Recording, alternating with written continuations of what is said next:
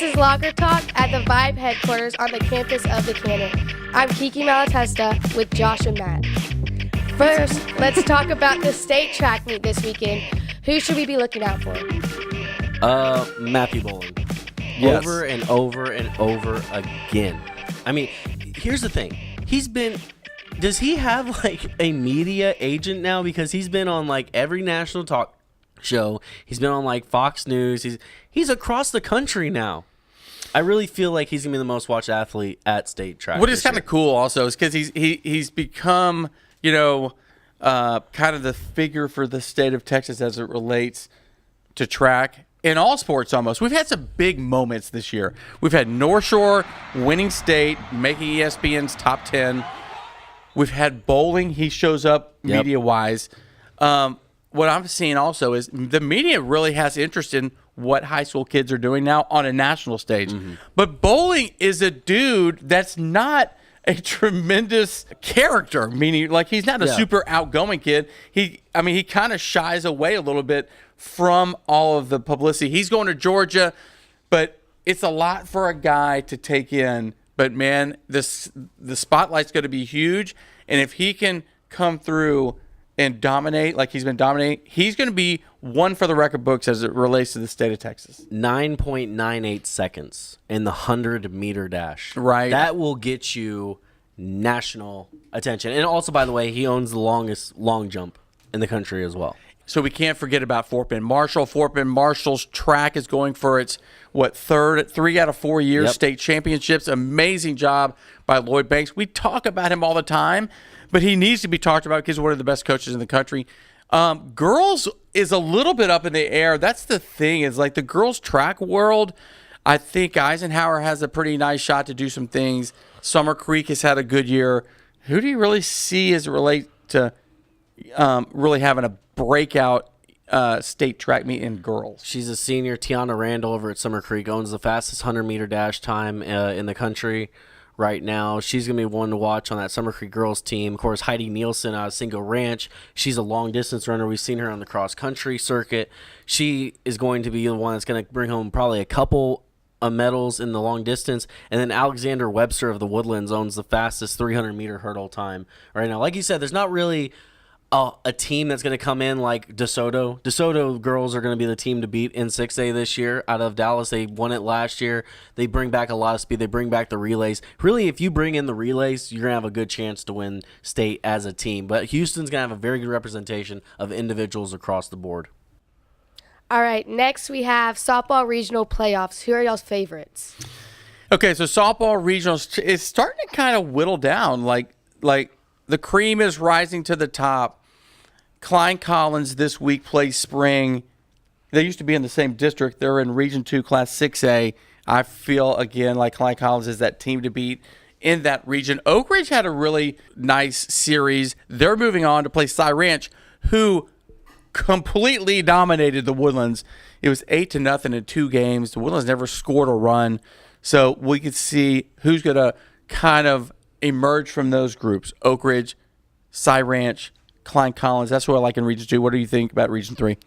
So one more note about Oak Ridge. They upset a team that hadn't lost a game all year long in Cedar Ridge, and I think that was a shock there. So Oak Ridge kind of comes into this series with a lot of momentum. And then you mentioned the spring Klein Collins. That's a battle of district champions. Region 3 is loaded. Ridge Point's been playing really good softball. Mm-hmm. They're going to run into Katy. This is when the playoffs get really fun because you start getting these top-seeded teams that start knocking heads, and we start really figuring out who's going to make that run to state. Alvin actually beat Dobie on Monday night in the game 1 of their series. That was a close one, 6-5. So Dobie's going to have to win 2 straight games. Of course, they're led by Taylor Pleasance, who's heading to LSU. Tompkins versus Fort Bend Austin. Tompkins is playing very good softball of late. Of course, Deer Park always plays good softball. They're taking on Dawson.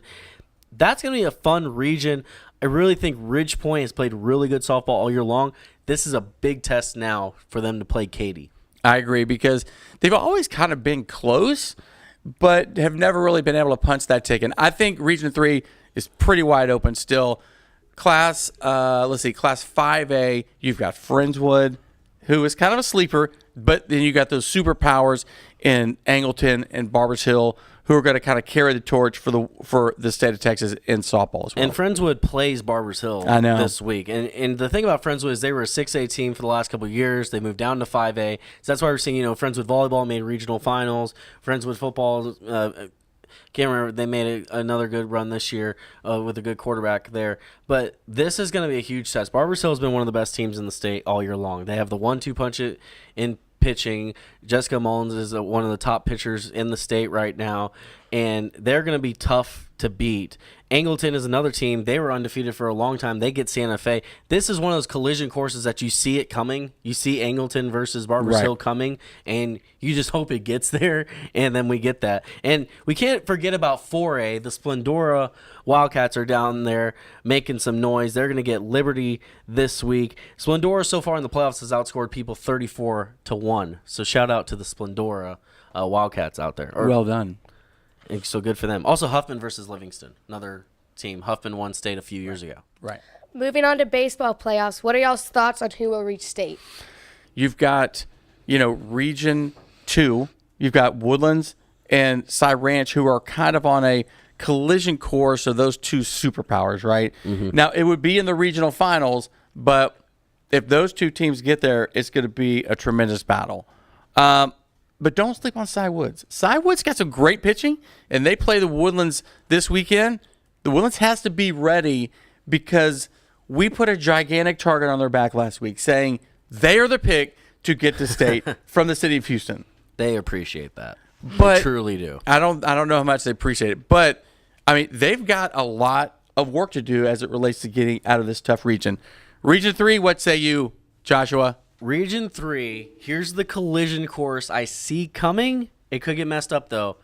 But Memorial versus Kingwood in a regional semifinal. If it works out, that would be VYPE's number 2 versus number 3 team coming in. Of course, we know all about Kingwood. Mason Wynn, the pitching job that he's done. Trey Richardson, the job that he's done at the plate. And then just the job that Kingwood has done. They've played really well all season long. This is a solid baseball team. But on the other side, Memorial is a very good baseball team as well. There's a lot of times during the year I thought about putting Memorial at number 1 over Cy Ranch, but Cy Ranch, of course, has 2 future Major League pitchers as the 1-2 punch of that rotation. Memorial, very good baseball team. Up and down the lineup, up and down the rotation.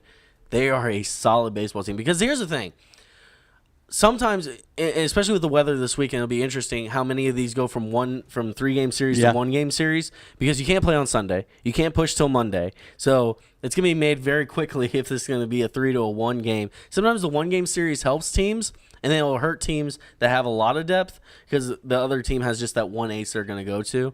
But Memorial, Kingwood, Memorial plays Fort Bend Travis this week. Of course, Tricky. Sammy Faltini, our cover boy from this year, trying to get to the next round of the playoffs. Katy baseball playing well. Tascasita came back and beat Deer Park in a 3-game series. That was a huge win for them. Summer Creek baseball moving on into the second round as well. So baseball, of course, we all know baseball is a week behind softball when it comes to the playoffs because the state championships are back-to-back weeks. Region 3 is going to be a lot of fun. And I think we're going to have a solid team coming out of Region 3.